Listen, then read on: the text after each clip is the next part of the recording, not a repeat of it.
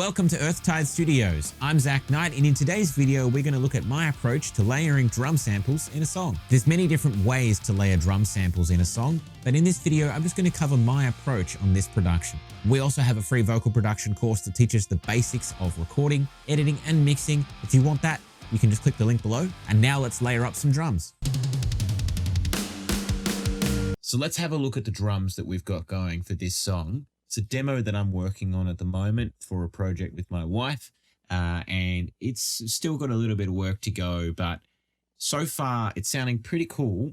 We'll have a listen to what it sounds like just with the basic beat going on at the moment. This is the chorus section of the song.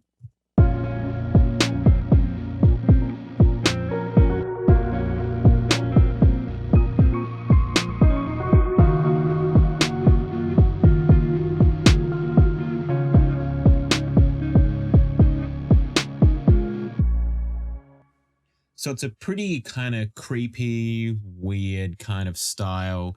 It's got a little bit of that trap kind of vibe to it, a little bit of sort of, emo guitars going on as well. Not really sure how the song is going to end up going, but I'm definitely a big fan of what we've got so far. Now, looking at the song itself, we've got some cool guitars going on here, playing this kind of Latin-y vibe in the chorus. I've got this other reversed clean guitar happening as well. But we are looking at the drums in this production. And in terms of the song itself, mostly right now, what you're hearing is just this kick. And I'm using, just having a look here, I'm using this trappy kind of kick that I've come across here. And I'm just triggering that off Groove Agent in Cubase. And we're also using this other one as well. It's just a bit more of a subby kind of kick that I've got going as well. It's also just another kind of trappy style kick going on there too. And that kick pattern is just giving it a little bit of excitement, a bit of movement going on there.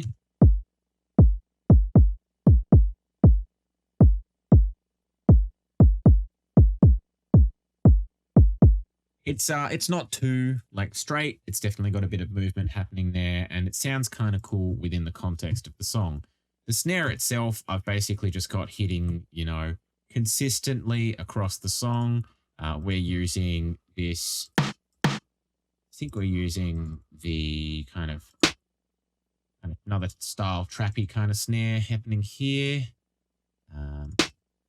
So just using another kind of trappy style snare there.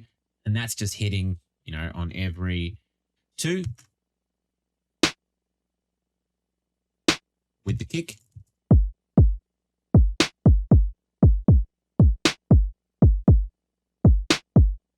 And I'll just play that with some of the guitars and the 808 as well, so that you can hear what's going on there.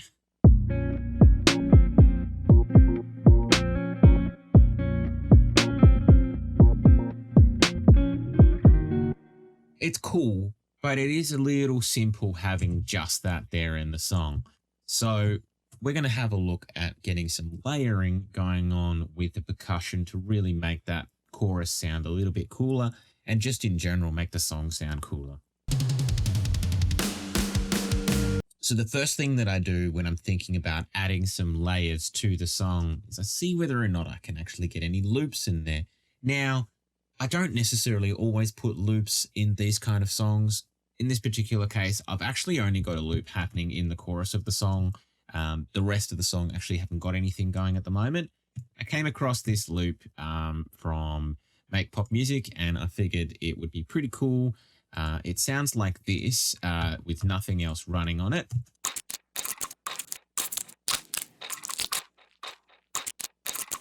And now what I've done is I've actually put it into the session, and I've stretched it to actually match the BPM of the song, which is 117 BPM. And I've also taken sections of the loop and I've cut them in and out to make it a little bit more special, working with the context of the rest of the song.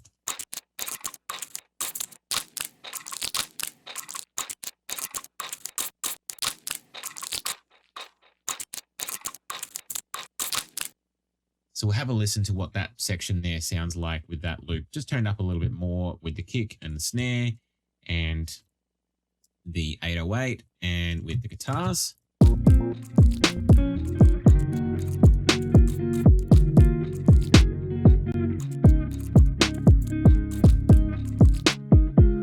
It's just adding a bit more movement, a bit more flavor on there. In terms of the processing that I've got on the loop there, I've got some cool EQ happening here, rolling off the low end at about 200, rolling off the high end here at about 1750. And I've also actually got a high shelf that I've ducked down about 3.5 dB from 6K, because this is a really sort of spiky resonant frequency happening there with the loop. Have a listen. Without the EQ. It's just making it a little bit more palatable. And then we've also got the capitator pushing it pretty hard. I've got it sitting on 8. The mix is pretty high. The output's down. We've cut a little bit of the high frequency off and also made it a bit darker too.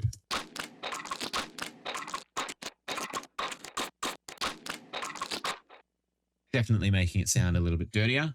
And then after that, we're doing some more filtering again, rolling it off at about 100, ducking a little bit of that muffly area sitting there at about 290, and rolling off some high end there at 4400.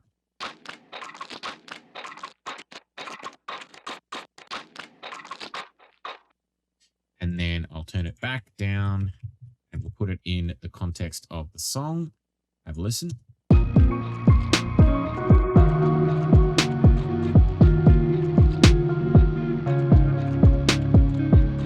It's quite subtle in this particular case. I'll turn it off.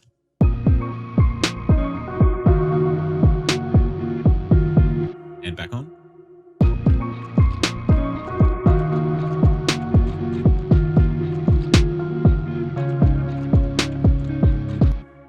Really just adding a little bit of movement there. You could definitely go far more over the top with your loops and any processing that you add in there. But in this particular case, I haven't gone too hard on this one. The next thing we're going to look at is rises and impacts. Now, I really love using rises and, crescendoing kind of sounds to go in between sections. Let's have a listen to what we've got going earlier in the song and have a listen to it without any of the transition effects going on.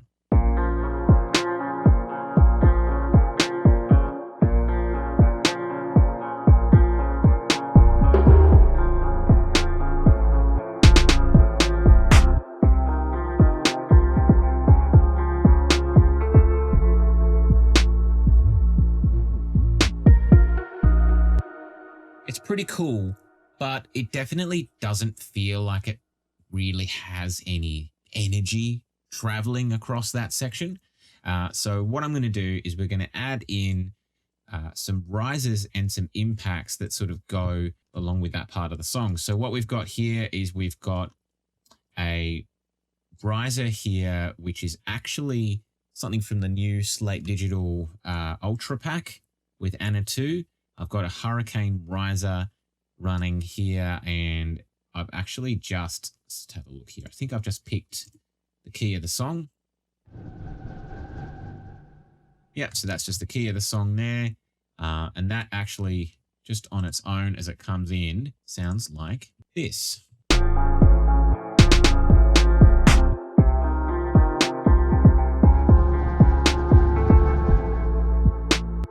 It already sounds better coming into that section there from the verse to the sort of pre-chorusy section with that riser happening.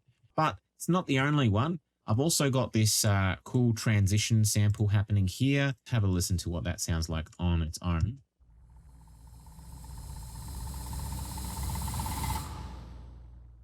Kind of creepy. It's got this little weird sort of like skittery high frequency sound happening across there. And I've turned it down. I thought about putting some filtering on it, but I decided against it because I thought it sounded pretty good as it is. We'll have a listen to what that sounds like with the other riser as well.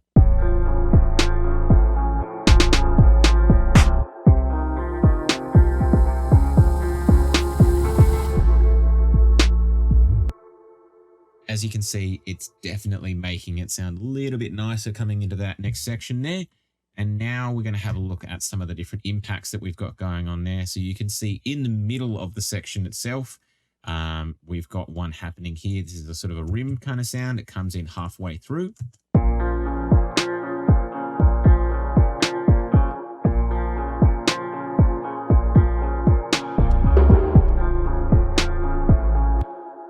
I'll just show you what it is on its own. It's a nice sort of decay, sort of bouncing rim that I've got there that actually is set to match to the BPM of the song. So I've just made sure that it's bouncing in between. I'll turn it up a little bit more so it's more obvious.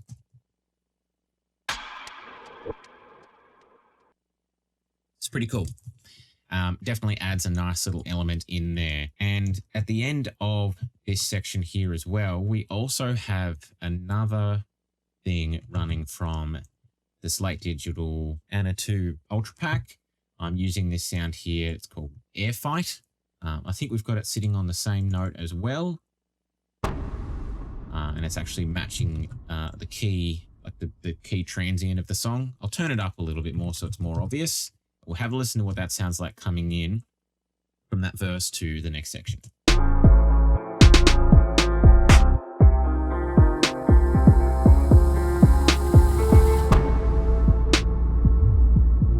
Definitely sounds kind of cool. I mean, it really sounds a little bit weird because obviously it's got that sort of sound like, it's like kind of like a plane, shooting off in the middle of the air, pushing itself to like a whatever G's and something like that. It sounds kind of cool.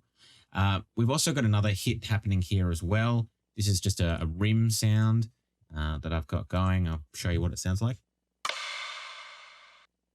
Pretty, high frequency sounding, a little bit sort of creepy as well, and works with the context of the song. And that's coming in to hit at the same time as that Airfight sound too.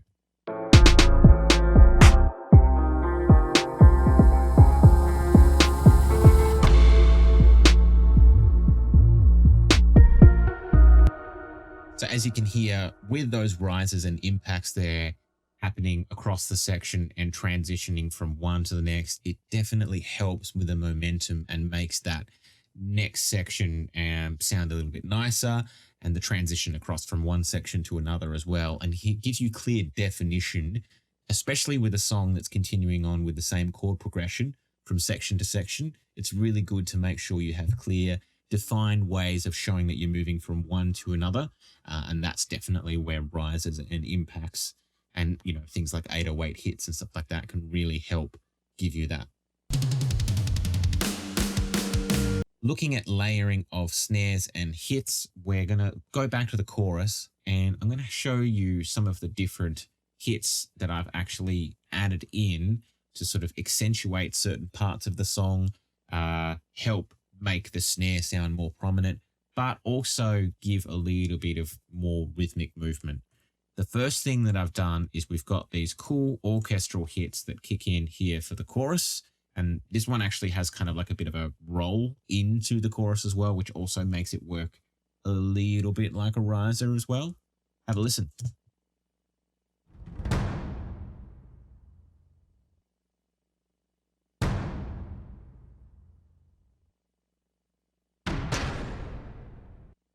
So you can hear that they sound really cool. It's kind of very action movie, very over the top.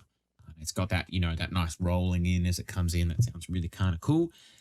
With the context of the kick and the snare, you can actually hear how it comes in and it works nicely with the snare and, the rest of the things going on there.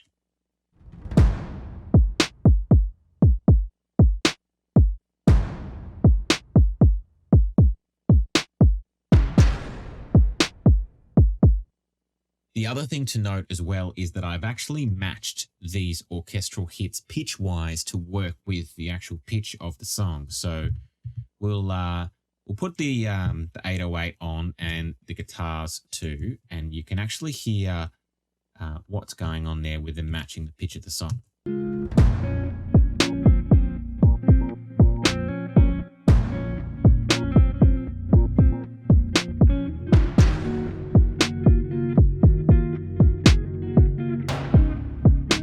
So in this case, I got lucky. I managed to get these drum samples to match the pitch of the chords in the song without actually having to adjust the pitch of the samples. But it's definitely very easy to do so. And I'll show you how you can do that with some of the other snare samples and hit samples that we have laid with this song. So we've got this other metal snare here, which I'll turn up a little bit to make it more prominent in the song. And we'll have a listen to what that sounds like with the orchestral hits going on as well.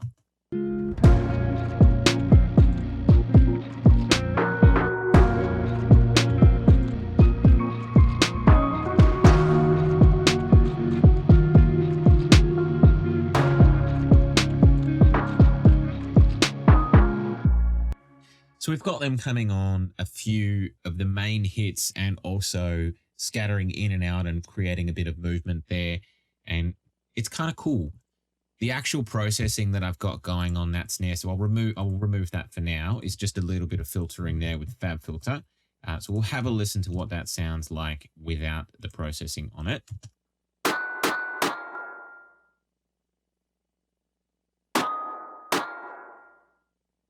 It's quite bright, pretty present, and definitely far too over the top to be sitting with the song as is.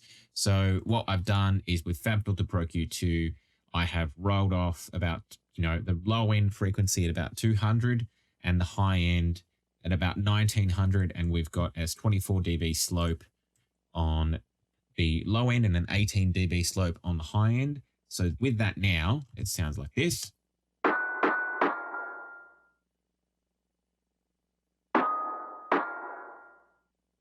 Pretty nice, and it's going to sit a little bit better in the mix there. As you can hear, the sample itself has got some pitch changes going on. The actual original sample itself is just one sample that's been used there and gone across the whole song. So what I've actually done is the original sample is this first one here. It'll be two in a row. Have a listen. So that's the original sound and pitch of the sample. But I wanted that to work along with the song. So we'll put the guitars there and the AM 808 as well, so we can hear, and have a listen what happens when I put the original sample back to where it was before and it kicks over to the next chord. It doesn't sound right because it's not right, because it's not the right pitch. So in Cubase, when you want to adjust the pitch of a sample, there's a few different ways that you can do it, but the easiest way to do it is to go up the top here where it says transpose, and then you can either use the mouse wheel to roll it down, or you can double click onto it and type how much you want to transpose it down. And in this particular case, it needs to go down one semitone. So pitching it down -1 will pitch it down one semitone. You can actually do a fine tune here where you can pitch between a smaller interval there, of less than a semitone, and you can push that pretty far if you want to. It goes all the way to -49, but in this particular case, we're obviously just going to leave that as is because we know this sample is in tune to a note already. So have a listen to it now that we've pitched it down one semitone. Sits perfectly. It's really nice. It's really important to try and make sure that you get your samples to match with the pitch of the song. That's the easiest way to be able to adjust them. You can do it with external plugins, and depending upon the sample, you can also do it with tuning as well. But in this particular case, transposition works fine. Across the song, you'll also notice that there's more samples going on here, and we've got different amounts of transposition. So this one here, we had to pitch it down 3 semitones. And then it's back to the -1. This one's -1. This one's -1, -3, and then -1. So across that whole section,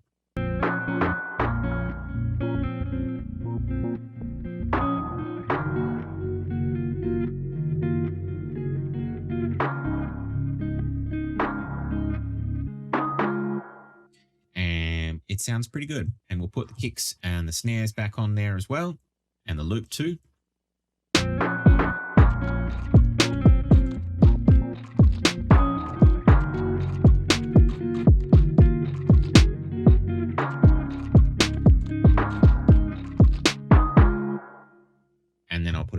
it sat closer to it in the mix. So you can see it's kind of nice to layer in a few different impacts and some hits and some different snare things going on there with the song to make it sound a little bit nicer. And you can add some pitch to your snares and do different sounds there to make it work nicer as well. The last thing I'm going to look at is adding different creative layers to help your drum and your rhythm section push a little bit better and add, some cool dynamics, rhythmic aspects, a bit of pitch, and maybe just different total sounds altogether. So there's a few different things that I've done in this song that are, dependent upon the actual song itself and the style. The one thing you'll notice so far is, for instance, this song has no hi-hats so far. I'm probably going to introduce them in the second chorus, but at the moment I actually haven't got any in the entire song, which is not normally something that you would do in this style, but so far for the production, that's kind of what I'm feeling like works. In the verse, I do have this cool little vocal chop sound happening. I'll turn it up a little bit to make it a little bit more present. So let's have a listen.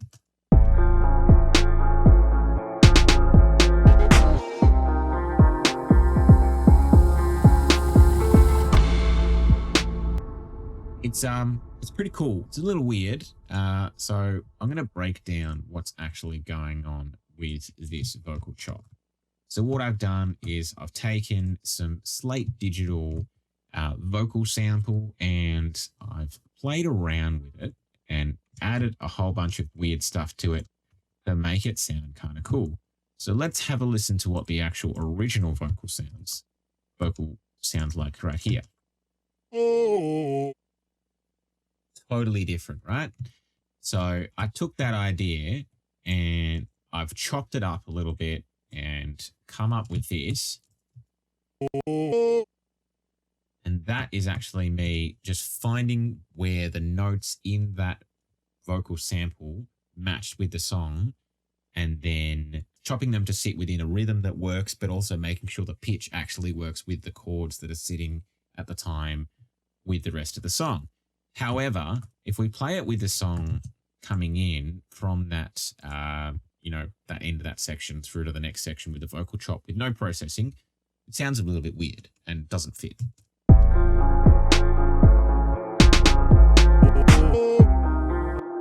It doesn't really sound very special. So what I've done is I've done quite a lot of processing on this, and I will definitely make a video showing how I fully break down the mixing that I usually do on a lot of vocal chops. But in this particular case, I've done some basic mixing on the vocal chop in terms of saturation, EQ, compression, pushing the high end a little bit. I've thrown auto tune on it to the key of the song, and I've really hard tuned that. I've got the throat being pushed up as well. And then after that, we've got Little Altar Boy, which is pitching the whole song, a whole vocal chop up an octave with the formant. And I've got a bunch of drive going on there. And the mix is sitting at about 42%. So some of that low is still in there as well as the fake high. After that, we've got some more compression heavily being done with CLA 2A. Then I've got the kilohertz distortion running on there, really pushing it super hard with the distortion there on fold back, 100% mix, 100% drive. After that, we've then got some filtering out just a little bit of annoying stuff there above 15K. We've then got a double effect there, double of 4 voices, which is then, pushing that vocal chop out and making it spread really wide because it's kind of, a cool sound. And then we have a ping pong delay here, a stereo ping pong delay, quarter note ping pong, feedback's pretty high, and the mix is sitting at 25%. And it's filtering as well, the low and the high end there. And then after that, we are filtering with another EQ, rolling off the low end, removing a ton of the mid range here, and rolling off the high end just under 14K with a small dip there as well at 14K. And then I've got more filtering happening, rolling off the high end at 6K here as well. And we're also sending it off to 2 different vocal reverbs and a slap reverb as well. Have a listen to what that sounds like now on its own first. And then in the context of the song at the right volume.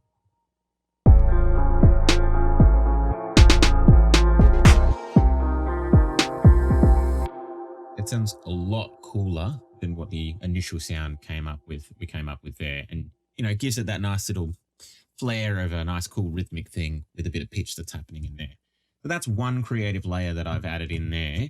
Something else that I've done in the song, I've got this clock ticking sound, and I've got it there. It's really sort of pushing the story of time being a factor, time's running out, so to speak, in the context of the story of the song. The song is probably going to be called Fallout, and it's sort of showing a little bit of a post-apocalyptic style story. So I wanted to have a clock sound in there. So what I've done is I've just come across this clock sound here, and I've just cut the actual tick that I liked the sound of, and I've put it to match along with the beat of the song. So you have a listen to it just now with no processing on it.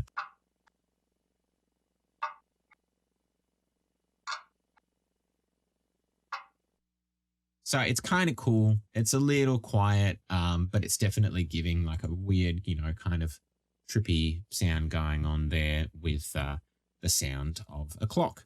And what I've done is I've gone through and I've filtered it out quite heavily, all the way up to 950 and also up to 3900 hertz there with FabFilter Pro Q2. I've then added on a slap delay, which is giving it this kind of weird sound here as well to make it scatter a bit. And we'll turn the clock sample up just a little bit so that we can hear it a bit more obvious.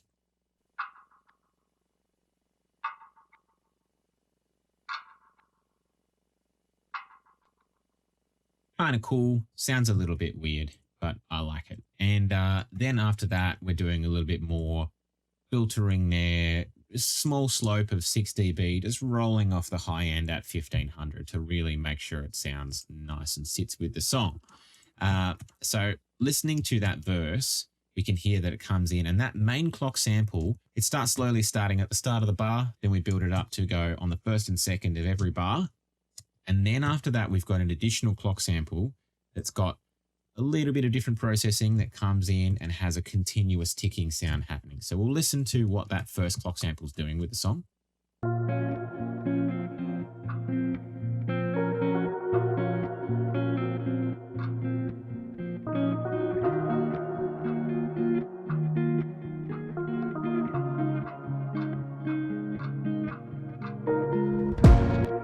And it continues on in the chorus and actually sort of acts a bit like a hi-hat playing, continuously on every single main beat across the song. And it's a different clock sample, every single bar to make sure that it's sounding, a little bit different, having a bit of dynamics going on there.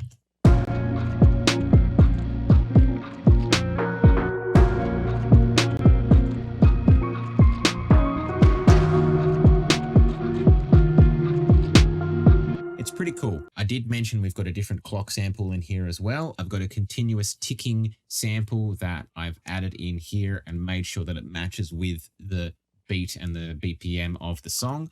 We'll have a listen to what we've got that going on right now. Turn it up a little bit.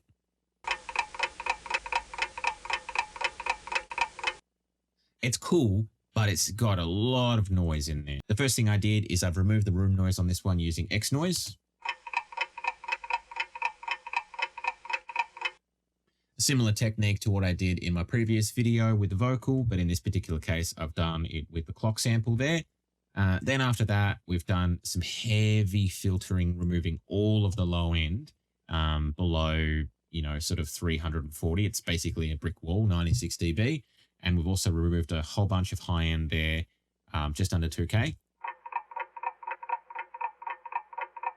And then, of course, we've got some saturation with Decapitator, making it sound cool. Some more filtering, heavily filtered here at 1200 and 2500.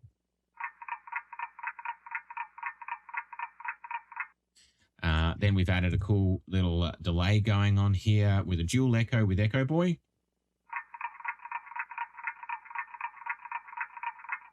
And the last thing, of course, is I have filtered one more time, rolling off a small slope at 6 dB at 1100 here.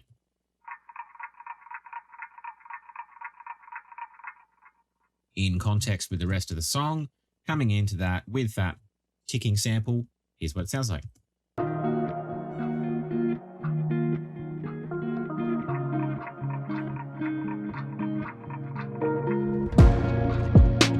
It's pretty cool. As you can see, there's a lot of different layers going on here in this demo. There's probably going to be more before the song is done, and you can see that you can get quite creative with your drum layers. I've got a lot of different other ways that I'm sure I'm going to explore in this song, and I look forward to seeing how it goes. So there you go. We've layered up some drum samples and the song is sounding good. I'm especially a fan of the clock sample. It works really well and definitely helps to project that story of the song better. I'd love to hear how you layer your drum samples and anything in particular that you've done on a song recently. Drop a comment below, let me know, and don't forget we've got that free vocal production course as well. But for now, take it easy. Bye!